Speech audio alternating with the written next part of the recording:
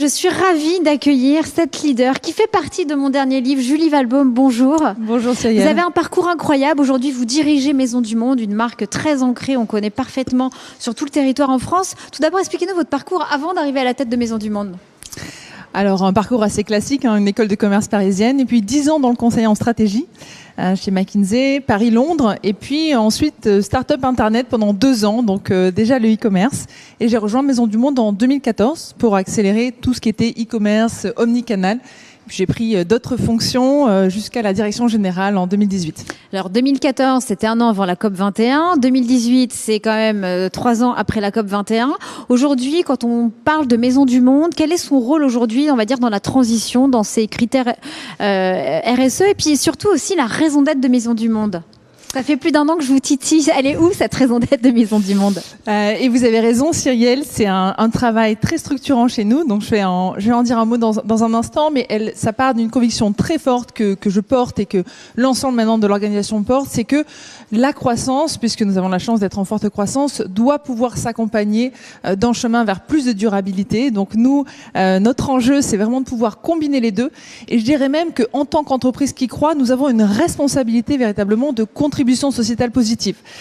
Donc encore plus que d'autres entreprises, nous devons consacrer des investissements, de l'exploration, de l'énergie et essayer de trouver des solutions.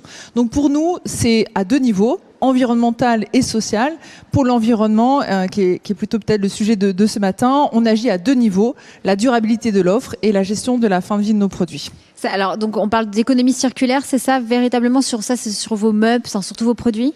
Alors, c'est en effet la réparabilité des meubles, la possibilité de structurer un réseau, en effet, à travers l'économie sociale et solidaire, et puis travailler, en effet, tous ces leviers d'économie circulaire. Alors, moi, je connais pas mal aussi vos actions avec votre fondation, la Fondation Maisons du Monde. Quels sont aujourd'hui, quel est votre rôle? Comment vous travaillez avec cette fondation qui notamment est là? Voilà, j'ai le souvenir de l'Amazonie, de l'agroforesterie, sur donc la plantation d'arbres, la régénération des sols et aussi l'aide aux communautés locales à travers le monde. C'est quoi aujourd'hui votre rôle entre l'entreprise et la fondation qui est véritablement ancrée, on va dire, dans la transition écologique, notamment via notamment des projets de plantation d'arbres aux 4 coins du monde? En effet, la fondation est autour de la préservation de l'arbre et de la forêt. C'est un des leviers de notre action, mais c'est très important pour nous que ce ne soit pas le seul levier. On ne veut pas se dédouaner en ayant une fondation et en donnant simplement des fonds pour soutenir des associations qui sont par ailleurs extrêmement efficaces. Donc c'est notre levier et d'aide en effet à des associations locales pour avancer l'action dans les pays notamment émergents, et aussi un levier de sensibilisation. On a organisé un événement qui s'appelle Aux arbres qui sensibilise sur cette problématique. À côté de ça, l'entreprise elle-même doit faire avancer sa propre feuille de route sur l'offre, mais aussi l'énergie, la gestion des déchets. Donc c'est vraiment en complémentarité.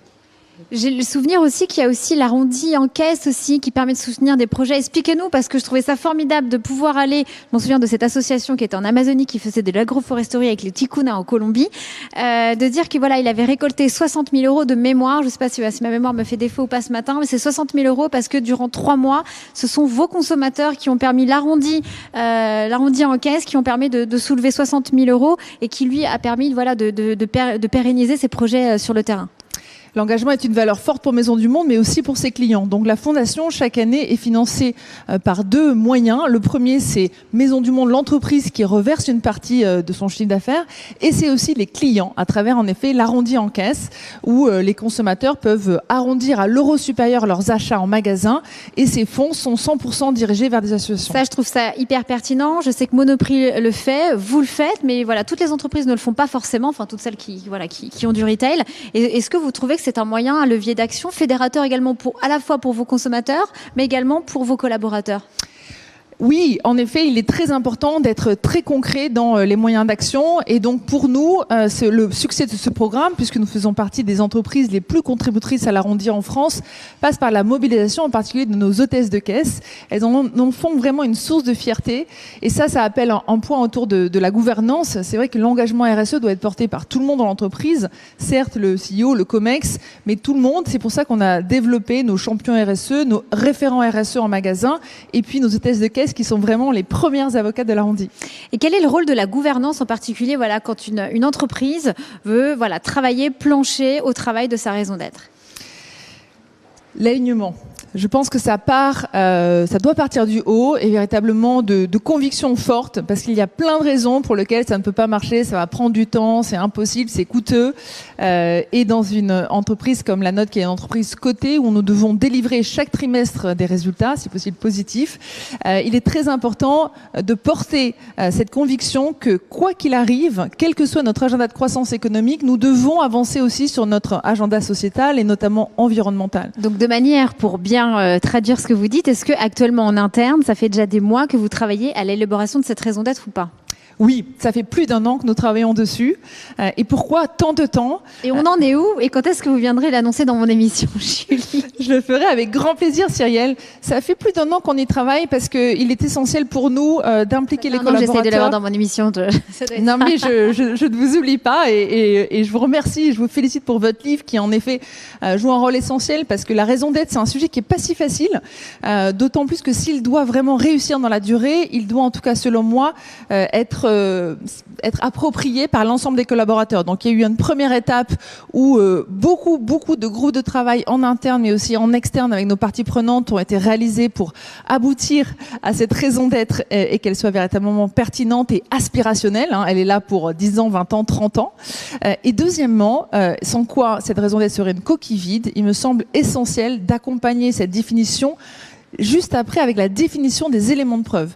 Parce que là, vous en êtes, c'est pour ça que ça prend du temps. Exactement. C'est parce qu'aujourd'hui, c'est de dire, voilà, en quelques mots, on résume la raison d'être de Maison du Monde. Mais aujourd'hui, voilà, au sein des parties prenantes, au sein de quels fournisseurs, etc.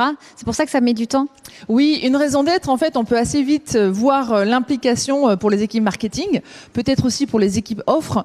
Mais qu'en est-il pour les équipes de la comptabilité, pour les gestionnaires de stock, pour les assistantes juridiques ? C'est très important que cette raison d'être, elle soit vraiment incarnée par l'ensemble des collaborateurs. C'est en ça qu'elle réussira dans la durée. Donc, est-ce que c'est fédérateur aujourd'hui de se dire que voilà, une entreprise travaille à sa raison d'être ?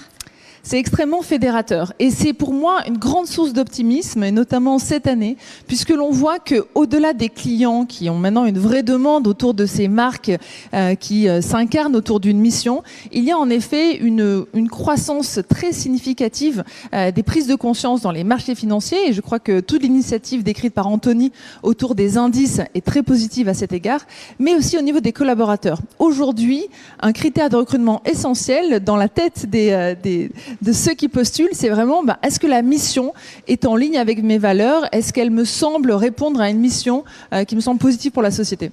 Quels sont les conseils que vous pourriez partager avec tous les entrepreneurs, mais aussi les dirigeants qui nous regardent, pour justement mettre en œuvre cette transition, on va dire, écologique et sociale au sein de leur entreprise ? Je pense que le premier levier, c'est de bien s'entourer. Je parle de conviction personnelle, c'est pour ça qu'il est essentiel que, à beaucoup de niveaux, et en particulier au niveau dirigeant, l'équipe dirigeante soit portée par ces mêmes convictions personnelles pour faire bouger les lignes. Au-delà de ça, du fait de bien s'entourer, il faut systématiser cet engagement, le rendre très concret. Donc pour notre part, l'ensemble des membres du comité exécutif et des comités de direction ont des objectifs RSE dans leur feuille de route annuelle, et c'est vraiment systématisé dans les systèmes, et on le regarde tous les trimestres avec des KPI très concrets, très quantifiés, que l'on peut suivre dans la durée.